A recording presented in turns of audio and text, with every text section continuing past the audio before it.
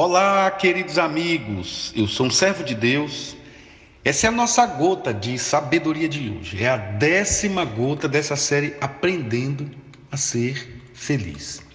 Nós estamos nos Salmos de número 1, e especialmente os 2 primeiros versículos que vão dizer assim: Bem-aventurado o homem que não anda segundo o conselho dos ímpios, nem se detém no caminho dos pecadores, nem se assenta na roda dos escarnecedores. Antes, tem o seu prazer na lei do Senhor, e na sua lei medita de dia e de noite. Interessante, gente, como esse salmo dá uma ideia de progressão reflexiva. Eu fico impressionado com isso. Como ele abre a oportunidade da pessoa fazer escolhas. Eu gosto muito da relação com Deus, porque a relação com Deus não é castradora, não é esquizofrênica. A relação com Deus não é aquela opressão, aquela coisa que a pessoa se sente amarrada, com vontade de fazer as coisas e não pode. Deus prefere uma relação de conscientização. Você pode tudo, mas nem tudo te convém.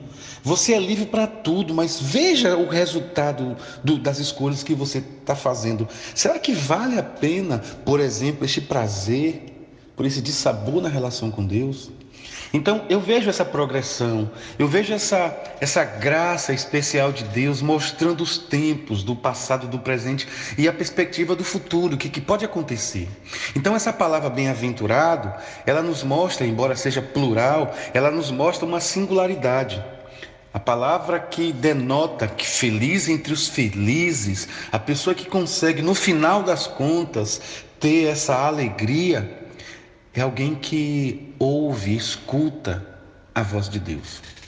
Agora, hoje eu queria que você prestasse bastante atenção como Deus, ele estrutura pedagogicamente a forma de aconselhar o ser humano a viver a felicidade.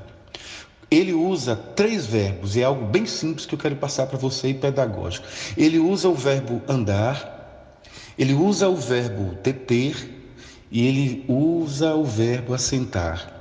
Ele diz não anda, ou seja, ele está dizendo que a pessoa feliz, a pessoa que encontrou a felicidade, eu preciso aprender a ser feliz, prestando bastante atenção com quem eu ando, porque eu ando, e quem é que me faz andar, quem é que me calça as estradas que eu vou caminhar, quem é que me dá esses conselhos, né? Então, bem-aventurado é um homem que não anda segundo o conselho dos ímpios. Então eu tenho que entender o seguinte: se eu for pelo caminho dos ímpios, se eu andar pelo caminho dos ímpios, a minha resultante será de impiedade.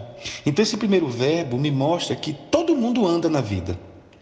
Ainda que eu tenha dificuldades locomotivas, ainda que eu tenha dificuldade de locomoção, ainda que eu seja alguém com dificuldade, de necessidade especial inclusive, mas eu vou andar, quer seja através de um acessório, quer seja através dos meus pensamentos, do meu coração, quer seja através de aplicativos, redes sociais, nós estamos sempre andando.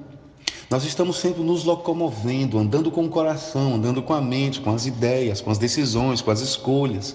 Então ele está dizendo que se você quiser ser feliz na vida, é preciso que você ande, mas não ande no conselho dos ímpios. Esse primeiro verbo me ensina isso.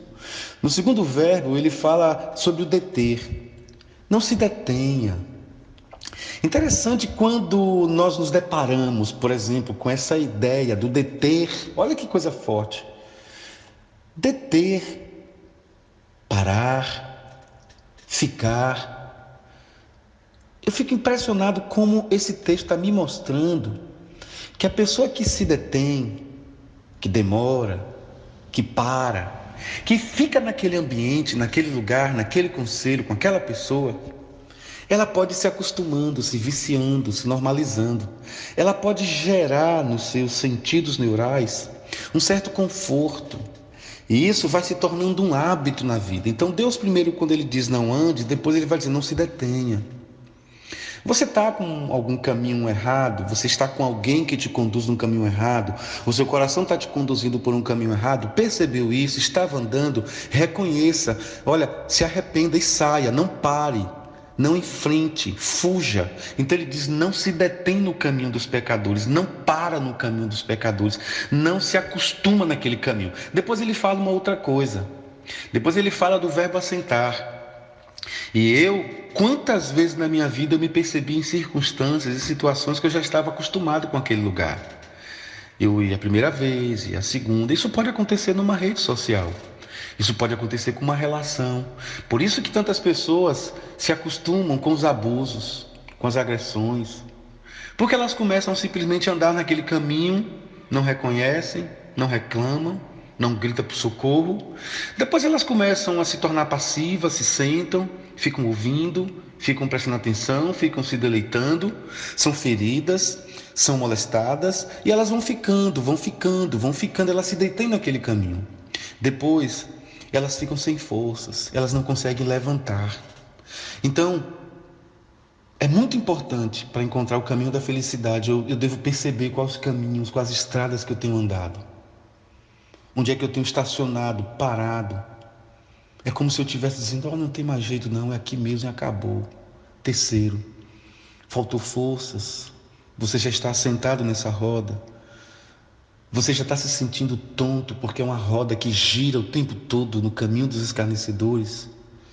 Eu queria te dizer que há um Deus que te chama de bem-aventurado, fiel seguidor, alguém que pode sair desse caminho, pode sair dessa paralisação que te detém e pode sair desse ciclo vicioso. Senhor Jesus, obrigado, Pai, por essa 10ª gota.